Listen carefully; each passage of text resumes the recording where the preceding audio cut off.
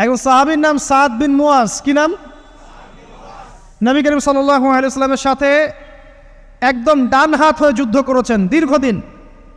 বদর তিনি বীর সেনা, উহুদের বীর সেনা, ঠিক আছে। খন্দকের যুদ্ধেও বীর বিক্রমে যুদ্ধ করেছেন। তিনি আনসার সাহাবী, একদম মদিনার নেতা সাহাবী। সব সাহাবী কিন্তু একরকম নন।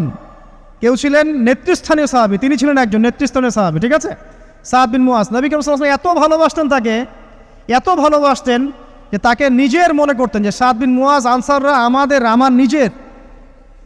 চারটাখানি কথা। এই সাহাবীর খন্দকের যুদ্ধে এই যে হাতের এই দিকে, সম্ভবত হাতের এই রগের মধ্যে একটা তীর এসে লাগে এখানে, এবং তীরটা তিনি বের করতে গিয়ে রক্তটা ছিঁড়ে যায়। এরপর ফিনকি দিয়ে রক্ত বের হওয়া শুরু হয়।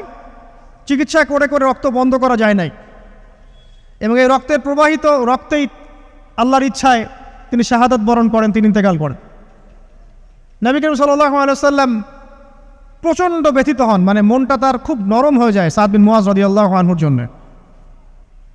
তো এই সাহাবীর যখন জানাজার নামাজ পড়ানো হচ্ছে, নবীজি বলছেন 70,000 ফেরেশতা তার নামাজে অংশ নিয়েছে।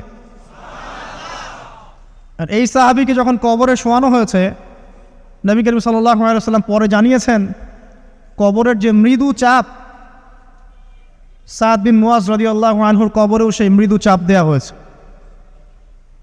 আমি কি বুঝাতে পারলাম ভাই? আমাদের কোনো দাম আছে?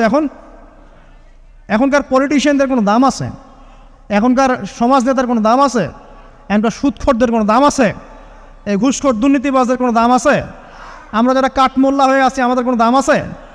সাদ বিন মুয়াজ রাদিয়াল্লাহু আনহু যদি কবরের শাস্তি তাকে না ছাড়ে, প্রশ্ন উত্তর পর্ব তাকে না ছাড়ে, আমরা পার পাবো?